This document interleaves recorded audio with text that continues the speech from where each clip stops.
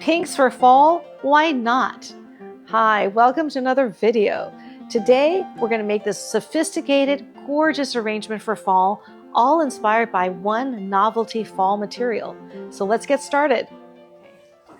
I really wanted to show you this beautiful material for fall. This is a seed pod from the golden rain tree. The golden rain tree has these seed pods all year long, but they are usually kind of yellow-green.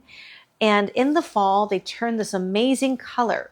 Now, I bought these fresh. They were a little bit darker when it's fresh, but as it dries, you have these beautiful papery, translucent, sort of shell pink with darker mauve, this amazing color. And I thought, what a beautiful novel material to use for a fall arrangement.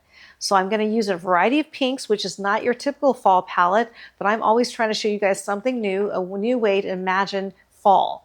We've got these salmony pinks and shell pinks and even darker watermelon pinks.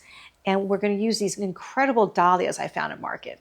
So I'm really excited to show you how we're going to arrange these flowers. Okay, so let's get started. So I've got these pieces. This was just one giant stem. So I cut them into smaller stems to work with. And I was just imagining kind of like a wild riot of flowers. Nothing too structured. I'm trying to, unlearn all the flower design techniques I learned and try to do something outside the box. Because I see all these really great arrangements where people are, do these almost free-form arrangements. And I really, really am loving it. So we're just going to play. Okay, so I've got the stem here that kind of curves a little bit. So I'm going to set the line here. And this is going to be a one-sided arrangement. And it's not going to be a formal crescent really, but I wanted to have like a crescenty shape to it.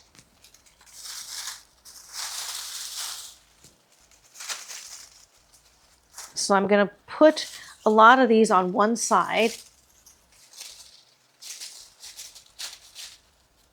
And I'll keep turning it around to show you because it's going to be kind of a one-sided arrangement. Now these are dry, so they're kind of crunchy, so it's going to be noisy.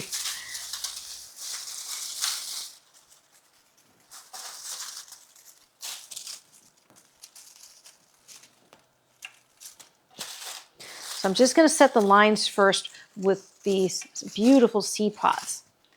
I'm going to move the dahlia out of the way so that I can turn this around. So that's what I have right now, just these beautiful seed pods creating a really beautiful, fun line. And then I'm going to go ahead and, there's a really beautiful arching stem back here. I think it's wasted back there. I'm going to go ahead and place it in the front here. I love when I find these incredible materials at the market so I can show you. Sometimes, you gotta find, sometimes materials just really, really inspire me, these novel materials. So I'm gonna stop because I'm gonna add my flowers now. We're gonna start with these dahlias. I want you to see these amazing, giant, kind of salmony pink dahlias.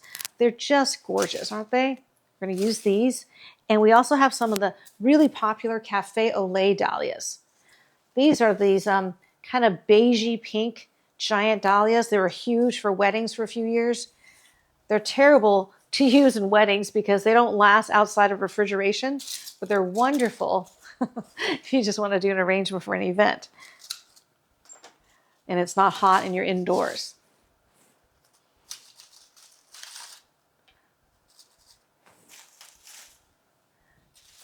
So I've just set my cafe au lait dahlias kind of deep in the foam here.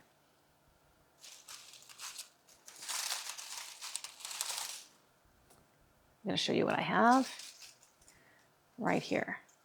Okay. So since the dahlias are so directional, I'm going to be doing a one-sided arrangement. I've got two of the really large cafe au lait dahlia sunk deep in the foam. It kind of covers most of our foam. In this arrangement, I'm not going to use greenery, like green color greenery. I have some dark burgundy maple leaves I'm going to use because I just think that the green will detract from this palette of pinks. And I'm going to add in the salmon color dahlias now.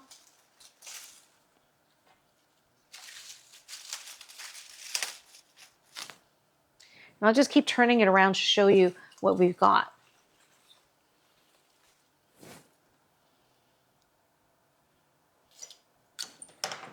Add one back here to create depth.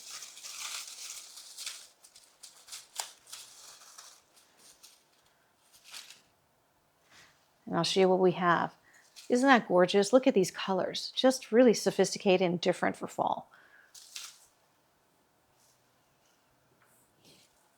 I'm going to add more of the pink, the salmony pink dahlias in the back of the arrangement, so you can kind of see the range of the flowers, since they're so big, through the seed pods, and it creates depth. So when you have a one-sided arrangement, you don't want it to look stiff and flat. So I added dahlias back here so that it's behind the seed pods, so you can really kind of see that depth. Okay, let's see what we have here. We have more of the gorgeous cafe au laits. Look at this dahlia. It's unbelievable, right? So beautiful.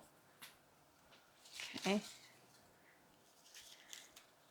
I kind of want to use this as a whole stem since it's so beautiful. Let's see, will it be too big or is it going to be okay? I'm just going to play and see. I think it's okay. I think I'll move this dahlia a little bit in front. There we go. You know what? That kind of interferes with that. So I'm going to move this dahlia here. Give it a little room, a little space. I wanted to do a one-sided arrangement with this because the dahlias, are, facing only one way. And with a really tall arrangement like this, you're not going to be using as a centerpiece, so you really don't need it to be multi-directional. You're probably going to put it on a table or something that is like a side table. Okay, so that's what we have here. I've added in a lot of these beautiful dahlias. And then I have roses here in an assortment of pinks and salmons and even this kind of buff shell pink that I think is just going to be gorgeous in this arrangement. I'm adding a stem of this garden spray rose in sort of a buff shell pink.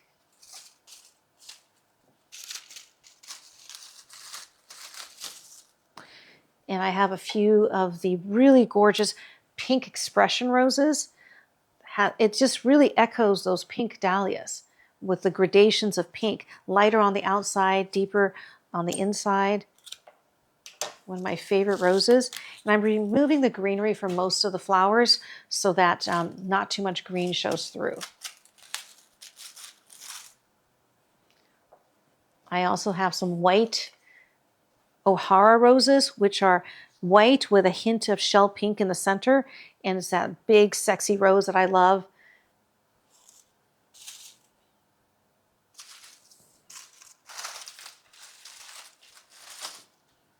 Don't need a lot of roses in this. I'm trying to think if I want some of this apricot rose in here. There's a beautiful pinky apricot spray rose. Yeah, I think this will be really pretty.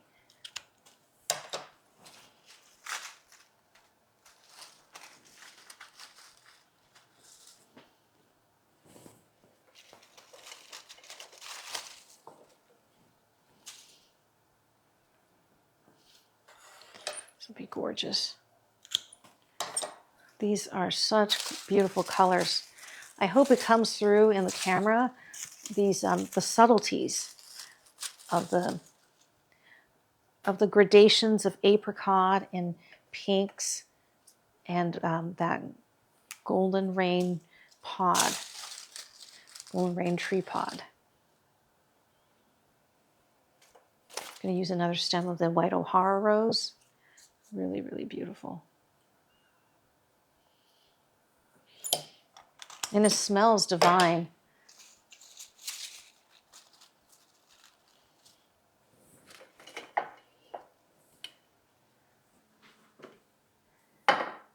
Now I have some darker watermelon pink roses. I'm debating whether or not to use it. I'm thinking not. I think I like seeing this more subtle palette, so I think I'm not going to use that.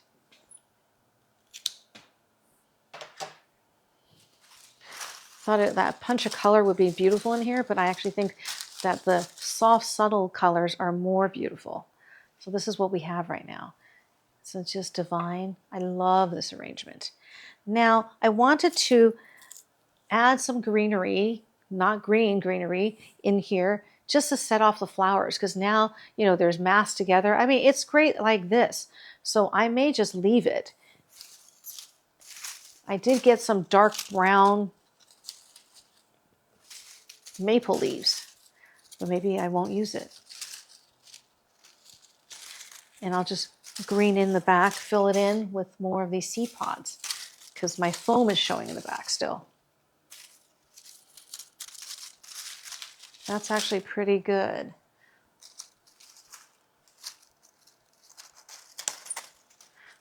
Cut this pod down here, put it there. Now, when they're dry, they do kind of, you know, fall off sometimes. So you got to work with it gingerly. So this is really, really gorgeous. Let me see if the brown looks nice. I have some of this beautiful dark brown Japanese maple that I thought would be nice in here. Let me add it in here and see if I like it. If not, we could take it out. I love using this chocolate brown with pinks and salmons because it's such a sophisticated look. And because this is a fall arrangement, I wanted there to be a hint of fall. And I thought the Japanese maple would be really great in here. I'm going to add a little bit in here, just in the back, kind of subtle. But because I didn't want to add any green colored greenery, I thought this would be a nice greenery to use, the burgundy Japanese maple. It's all tangled. I'll just take the whole thing out. Okay. And some of it has a little bit of green in it. I'm going to try to choose the ones that are more chocolatey brown.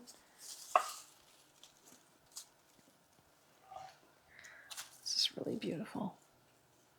Okay.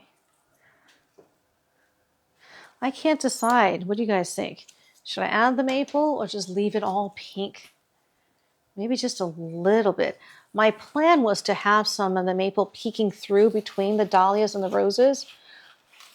But I love how it's like monochromatic in a really sophisticated way. So I think I'm not going to mess with it. I'm going to take the Japanese maple out, just kind of use it as greenery around the back.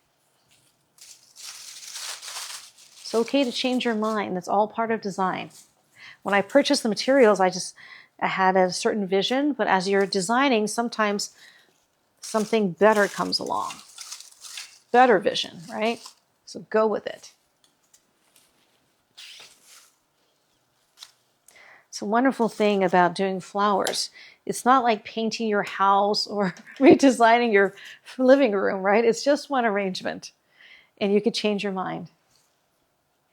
Yeah, I think a little bit in the background is good. I'm not going to put it between the flowers. I love how full and lush it looks with all these beautiful colors. So I'm just going to fill in with the maple in the back to so that our foam doesn't show, and a little bit of this chocolate brown peeking through the back of the arrangement. I think is gorgeous and adds depth, but it doesn't detract from this riot of beautiful roses and dahlias. I'm going to take a look again, see if we want to add anything else, if I displaced anything. It's gorgeous, gorgeous, gorgeous. Nope, I think we are all done. This is an example of how, you know, I'm inspired by just one material, and all the colors just come from the translucent pinks from the Golden Rain tree pods. So we're all done. I absolutely love this arrangement. I love a very sophisticated take on fall. You know, I'm tired of pumpkins and sunflowers and haystacks, right? Aren't you? So look for beautiful fall materials like this golden rain tree pod and let that be the starting point to inspire you with a whole palette of colors that's not usually used for fall, but works so gorgeously. I hope you learned something and enjoy the video. As always, please like and subscribe, and leave me a comment to let me know how you're decorating for fall, and I will see you in my next video.